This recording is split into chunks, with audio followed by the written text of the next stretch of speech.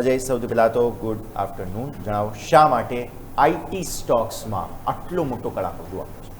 જી બિલકુલ, good afternoon yes. તો oral વાત કરીએ આઈટી સ્ટોક, જે દિવસ આપણે 2 દિવસ પહેલાં જ ઓરલ વાતચીત કરીએ, ધીમે ધીમે રિકવરી જોવા મળી છે, પણ રિકવરી અહીંયાથી ફેલ થઈ ગઈ. ફરીથી જ્યાં હતા આઈટી સ્ટોક ત્યાં આવીને ઊભા રહી ગયા છે. ફરીથી જે ઘટાડોનો માહોલ, જે રિકવરી પતી ગઈ છે અને જે એઆઈની બૂમની જે ચિંતા હતી, ફરીથી આઈટી સ્ટોકમાં જે ઘટાડો હતો ફરીથી ખાસ કરીને જોવા મળ્યો હતો. તો 2 દિવસની મજબૂતી પછી ફાઇનલી આજે જો 5% આજુબાજુ આઈટી ઇન્ડેક્સ કરે થયો છે. 52 હાઈથી ઓલમોસ્ટ જોઈએ તો 25% આજુબાજુ. 2026 ડેટા પ્રમાણે ગણ્યું તો બી ઓલમોસ્ટ જોઈશું 20%થી વધારે કરેક્શન આપણને આઈટી ઇન્ડેક્સ આપ્યું છે. એ ખાસ કરીને જો અમુક જે કારણો છે એ બી આપણે સમજી લઈએ તો યુએસની જે દિગ્ગજ કંપની છે એક્સેન્ચર, ત્યાં બી જો હેવી ઘટાડો જોવા મળ્યો હતો અને એના લીધે જ અમુક આઈટી કંપની આપણે એડીઆરમાં બી સવારે જે જોયું હતું, ખાસ કરીને વિપ્રો ઇન્ફોસિસના એડીઆરમાં પણ હેવી ઘટાડો હતો. એના લીધે આઈટી સ્ટોકમાં મેજર કરેક્શન જોવા મળ્યું અને ખાસ કરીને જે એઆઈની ચિંતા છે તે એપ્રોથોની, એના લીધે બી જો આઈટીનું બજેટ સતત ખોરવાઈ રહ્યું છે. સીધી એઆઈ અને જે નવી કંપનીની ડીલ્સ છે ખાસમાં શું વિલંબ જોવા મળે છે, એટલે કંપનીની વર્કિંગ કેપિટલ અને ખાસ કરીને રેવન્યુ જનરેટિંગ જે ડેઝ છે એ વધી રહ્યા છે, એટલે સીધી ઇમ્પેક્ટ કંપનીના રેવન્યુ પર પડી રહી છે. ખાસ કરીને નો ડાઉટ ડોલરની ઇન્કમની સારી વસ્તુ છે, પણ જે આપણી આઈટી કંપનીની વાત કરીએ તો જે સર્વિસ બેઝ છે વધારે વર્ક છે, એટલે સીધો ઇમ્પેક્ટ એ ખાસ કરીને સોફ્ટવેર બેઝ આઈટી ટેક, એટલે જે લાર્જ કેપ સ્ટોક છે, ખાસ કરીને આપણે જેમાં ટીસીએસ, ઇન્ફોસિસ અને વિપ્રોમાં ખાસ કરીને જોવા મળ્યો હતો.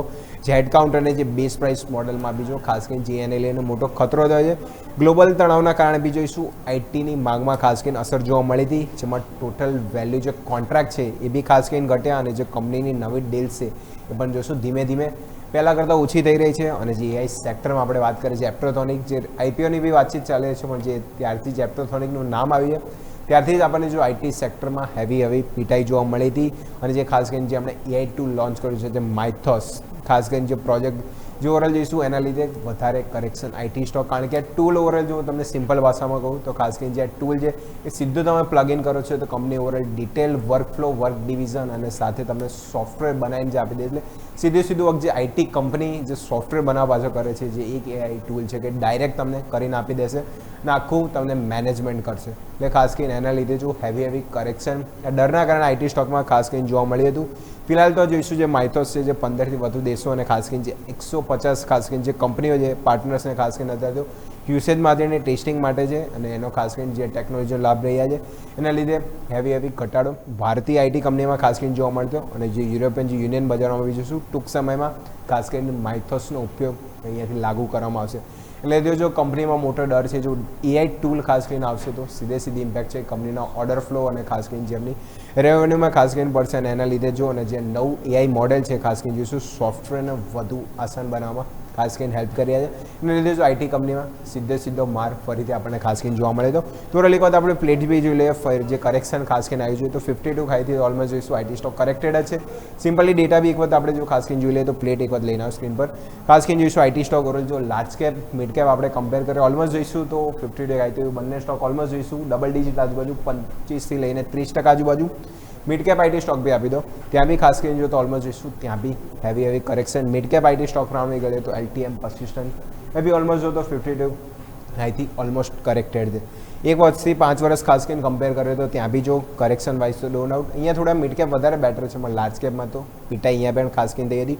તો જે લાર્જ કેપ આઈટી સ્ટોક છે ત્યાં જો 1 યર પ્રમાણે તો આપણે જઈશું નેગેટિવ હતા જ, કારણ કે 2026 ડિઝાસ્ટર રહ્યું હતું આઈટી કંપની માટે. 5 વર્ષમાં બી જો તો લાર્જ કેપ આઈટી સ્ટોક કંઈ ખાસ આપણને જોઈશું રિટર્ન વાઇઝ જોવાનું હતું પડ્યું.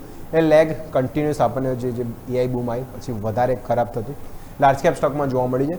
મિડ કેપ સ્ટોક તરફ જોઈએ તો સેકન્ડ પ્લેટ લઈને આવો તો મિડ કેપ સ્ટોકમાં જોઈશું તો ખાસ કરીને અહીંયા થોડું નો ડાઉટ રિટર્ન વાઇઝ છે. એઆઈ બૂમ પછી ખાસું આપણને જે કરેક્શન આપણને no doubt mid cap IT સ્ટોકમાં પણ જોવા મળ્યું હતું, પણ જે 5 યર રિટર્ન પ્રમાણે ગણ્યું તો થોડું સસ્ટેનેબલ કહી શકાય કે લાર્જ કેપ આઈટી કરતાં mid cap IT sustainable return wise છે. પણ એઆઈ બૂમ પછી આપણને શું કરેક્શન ખાસ કરીને આપણને શું હેવી અહીંયા જોવા મળ્યું હતું. તો જે મિડ કેપ આઈટી સ્ટોક બી જોશો આપણને એઆઈ બૂમ પછી 2026 આજુબાજુ જોઈએ તો નેગેટિવ રિટર્ન છે. એટલે એઆઈ બૂમ અને સીધી ઇમ્પેક્ટ જો આઈટી સ્ટોકમાં આપણને હેવી કરેક્શન ફરીથી આપણને શું એઆઈ બૂમની ચિંતા આઈટી સ્ટોકમાં જોવા મળી હતી. યસ. તો આ છે ઓવરઓલ આઈટી સ્ટોક્સના કારણો. આભાર અજય આપનો અમારા સાથે જોડાવા માટે.